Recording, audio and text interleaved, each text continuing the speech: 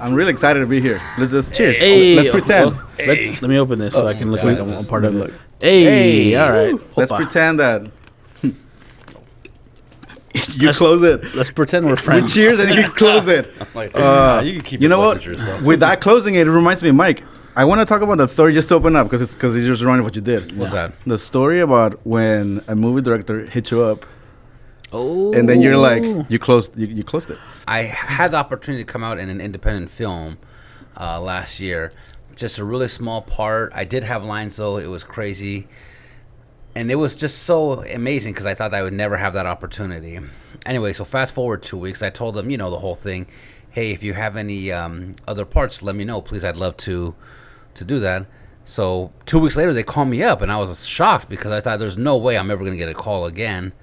They called me up on a Sunday night, and they said, hey, we're shooting a new film, and we want to know if you're interested in it. Can you be here tomorrow? And I said, it's kind of short notice, guys. Can we possibly maybe meet up Thursday? And they said, no, we're filming tomorrow. Do you want to do the movie or not?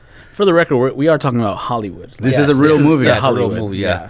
And so I said, absolutely. What time do you need me there by? They said by 3. I said, oh, that's fine, because, I'm in San Diego. We're based down here in San Diego, so driving up to Los Angeles, if they wanted me there at 7 a.m. with traffic and everything, I didn't know if I could make it. But at that time, I was in, so it was a cool time. So I almost closed.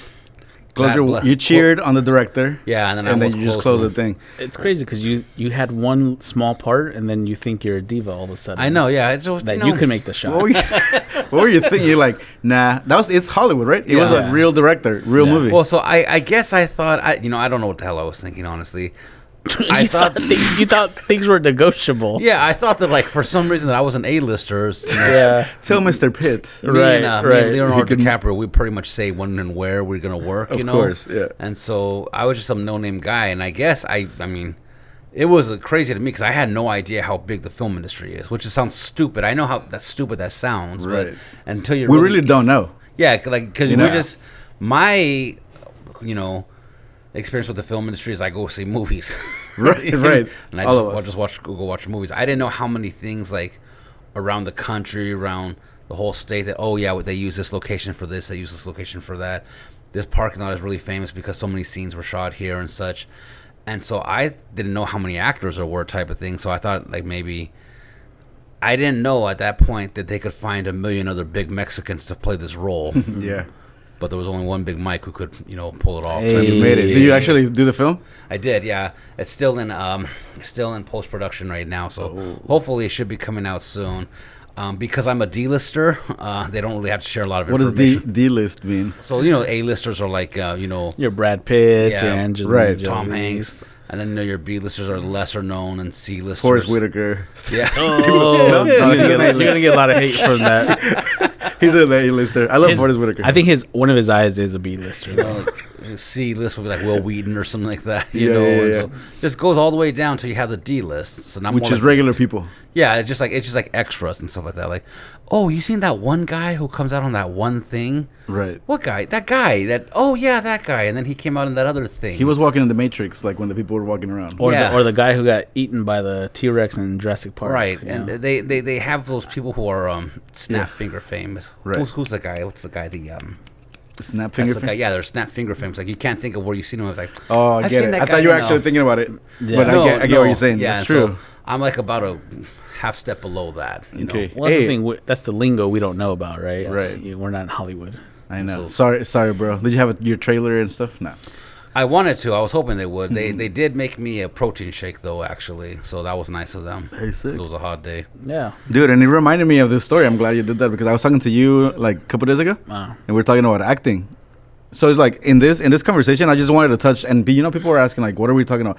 Anything that we've done or participated on or that we like, there's just like creative work. A lot of people are like stuck at home, and they're like, oh, well, I only do this. That's not creative, I've talked to a lot of people who do really cool things and they just don't consider it creative, Right. Yes. So I was talking to you about you grew up doing theater. Mm-hmm. What was that like? Yeah. I've never been in theater. I was been behind the microphone. Yeah. Not even behind the camera.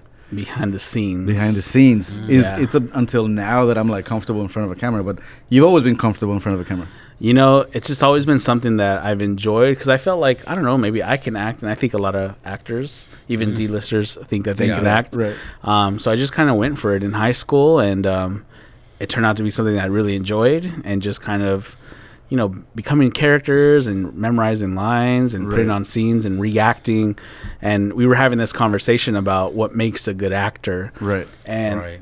and there's so many different things, but I think for me, the main thing is the reaction that you give to, you know, what the actor is telling you. The conversation. Yeah, is it a natural conversation? Because you don't want to hear somebody reciting lines, and or you can tell Like imagine somebody in real life saying, "Hey, can I ask you a question?" yeah, And it just stops. Like it's not real. right. It's just not fake. It's not a natural Right. thing that you would talk about. Yeah. But if you said, "Hey, I just won $1 million," you know, and your script says, "Oh wow, that's great," like I'm not gonna fall for that. But Right. what's your natural reaction? And I think the greatest actors, you know, appeal to that, and they study really hard on that. So, so that's something I've done, and you That's know. cool. Have you ever done anything regarding to that? Like after? So no, the theater in high school was the big. I did a couple classes in community college, and then I did some independent films with like some of my friends who wanted to be directors and stuff like that. So that's kind of the extent And to now what you're I've surrounded done. by cinematographers everywhere. And now I'm surrounded. And Yeah, actors. Everybody is a director because they got a phone in their pocket, and It's true. Right. Yes. you know, we're all actors. So in the script of life. that's it. That's cool. Hey, and let's talk about us. Not in those movies, but like we've worked together a couple years. Oh yeah. So I consider this kind of work like it was a huge stepping stone in my life, you know, to doing this. Yeah. Because I was at a point, you know, like switching jobs, and I started as a photography coach. You were my boss, That's it. and I think it was 2 years that I was in photo, like just from the classroom. Yeah. And I think you were, I want to say it was you. I think it was you that you're like, hey, you should apply to be supervisor, right? Yeah, you know, there's a lot of people that come into your life, Right. and it takes a special skill set to, you know, identify leaders that are around you. And I think as a leader, you kind of can see that a lot easier than most. And that's kind of what I saw in you. And I'm Right. not trying to get too sentimental and get tears here, but Get it. no, but I mean, you have a great skill set with communicating, you know, with students or with teachers or faculty or peers or whoever. You know, I think Yeah. communication goes a long way. But honest communication does too, right? Right. And I think people connect to that.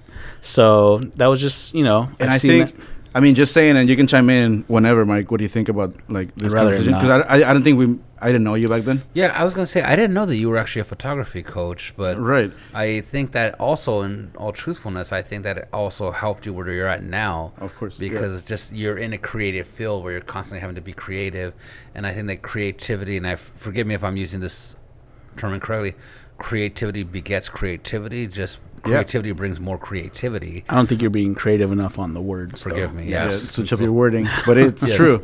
But basically, yeah, what they say, love light attracts light. You know what I mean? So I think creativity attracts creativity, and I think that if you're in that field, that it's kind of like it was almost like the foundation work to where you're at now. You know, doing these big major productions and stuff. You know, where it all started with you were a photography coach, but as you looked through the iris, you saw and it illuminated your life. Till you said, "What can this life of mine bring?" You know, something like that. Preach. You're a poet. Yes. Like, this is just the aperture of the moment. But no, this will be the aperture. I wish I could talk like that too. Dude, low key, he is a poet. He is. Yeah. He's a poet. You can tell. Yeah, every time, you know, because I was like dropping those little hints and stuff, and I'm like, if I talked a little bit more like Mike, people would take me more serious because I'm, you know, because Yeah. I'm more like neutral. You have this very specific lingo. Hey, so going back to that, you know, For like sure. I think without getting like you said, like the emotional part, Yeah. like I did want to touch, like I was thinking, like, hey, I do want to touch on that because it just adds a lot of like what I've been doing and what we did, and you know, and it will just like snowball into like different projects that we did together. But I was always like we said earlier, I was always the behind the scenes guy. You know, I was an editor, and then when I switched jobs and I came here, I was just like a photo coach. I was teaching kids, you know, like some if teaching, you know. We were just doing little projects for school, and that's it. Like I didn't like, not that I didn't have a goal, but I wasn't thinking, you know. And when you called it out into like, hey, you should be a supervisor, like that spoke into me, you know. And I think I'm here because you did that. Oh, and you didn't even know that I was gonna bring all these conversations. Dang. But it's like Damn, that, deep. I don't think I would be a leader, because now I lead like ministries and Yeah. people, and for the last like 10 years, you know, like I've Wow. led teams and productions and stuff. Right. But I wasn't the guy. I was just like a right hand. And you called it out, and I became a supervisor, even like aside from production, like from a after school program. And that changed. Like after that, I was able to go into different jobs and give that experience leading people. You know? I will say that becoming a leader is definitely a transition, right? Right. I remember when I was a staff, and then I went from a staff to a supervisor. You're kind of, you know, filling it out. You know, now you're in a different role where you got to be directive to Yeah. people, and that can go either way, right? People can look at you in a different light, like, oh, like look at him, he thinks he's all high and mighty. Right. But I've always looked at it like my approach. Like, what's my approach? Like, we're here as a team. Yeah. And I'm not here to like be your mom or your dad. We're here to work together on a collective goal, right? Right. But I did notice, you know, from the beginning Mm-hmm. of when you came into that role to the end, it was a completely different person, Yeah, and it was. that was super awesome because you were comfortable and, you know, giving directives, managing and doing different projects here as a collective, because before you were just doing your own thing. Right. Now you're here running a program with people under you, with a bunch of students with you as well. So Right. it's a different ball game, and I definitely think that you did apply those skills to other facets of your life. Right. And let's talk about that, because you run. I mean, what are your position? You run a full after school program and more. Yeah. So I'm a teacher, and I run the ASB stuff during the school day. So I get to run all the dances, all of the events that happen at school. And I really tell people that I have the best job because it's Yeah. the funnest part of the school day, It right? is, yeah. In addition to that, I also run the before and the after school program. So again, still the fun enrichment stuff happening, all the sports, the music programs that happen after school. I oversee that, but Right. but I came from being one of the coaches. You know, I started at this particular school as the music coach, and I'm a drummer myself. You Yeah. know, I love music and Heavy creating. Heavy metal is my Yeah. my big, you know, genre, but I think as a musician, you got to appreciate all types of Yes. genres because they all influence each other, right? But I mean, that's where I started. That was kind of my bread and butter, and then from there, moved up the chain and eventually transitioned into education, and that was just something that was just a natural kind of line for me to go into. So here I am, continuing to do the fun stuff, you know, Right. from where I started. The leadership aspect, you know, because in creative world, leadership is key, and teamwork, you know. And you guys are teamworking right now in different projects, and also leading, you know, staff. And I would say leading a staff of creative people, because all your programs are based on creativity, right? Sports and music and Right. arts. So what is your guys' experience working with like a creative team, managing them, realizing are creative people always emotional? You know, because that's like kind of like a thing. Yeah. And what are you guys? How do you feel? How do you manage a group of people? You know, for a specific goal, doing different things. Yeah. Well, I'm a huge sports guy myself, so when you talk about managing people like that, when you think of creative people like somebody who's very talented in an area, you have to have I want to say coach. We're talking about coaches. You have to have a coach who has the intestinal fortitude, who knows how to deal with those personalities type of Right. thing. So I think part of it is that they do need direction, like how do you funnel all this energy, this creativity type of thing. In a sense, it's kind of like you make them feel like they're in charge, but they're not in charge almost, Okay, in a yeah. sense. You know what I mean? I think actually, and I think you're really good at this, because as far as just being, you know, creative and your feel, I think you also have a lot of emotional intelligence. So I will say that I think that it's great to be creative. I think there's also the other part, though, of how to be emotionally intelligent with people. You know, What would that be? Emotional intelligence.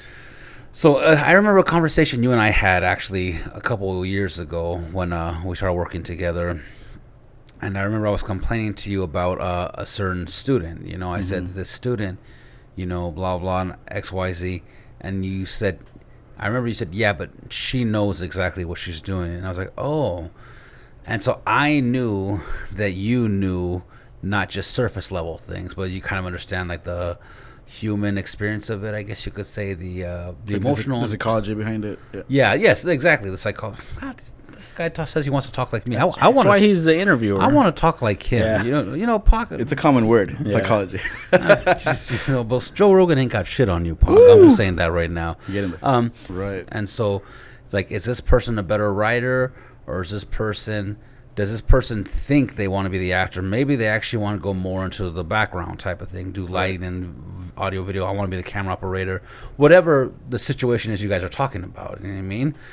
For the podcasting world, it's kind of like, well, does this person really want a microphone? It's like, actually, I think this person is better at finding subjects for people to talk about. Like, I think you guys should discuss this, you know? So I think it's just knowing your people, knowing what they're good at, and kind of having faith in them. Do they be better in one area or another type thing? I'm just thinking out No, loud. that's good, yeah. Like Ed Sheeran would say, thinking out loud. You know? That's a shirt song. Yeah. But to add on that, I completely agree. I feel like Right. when you are the head of a team, you know, that's really your position, right? You're the coach. Yeah. And you're getting all these different personalities together who are expert in their respective field. Right. And there is some touch and go, like you are allowing them to be creative in their realm of whatever plan they want to have to deal with, or, you know, whatever they want to do in their world. However, as the coach, Yeah. I feel that my job is to also elevate them in their position.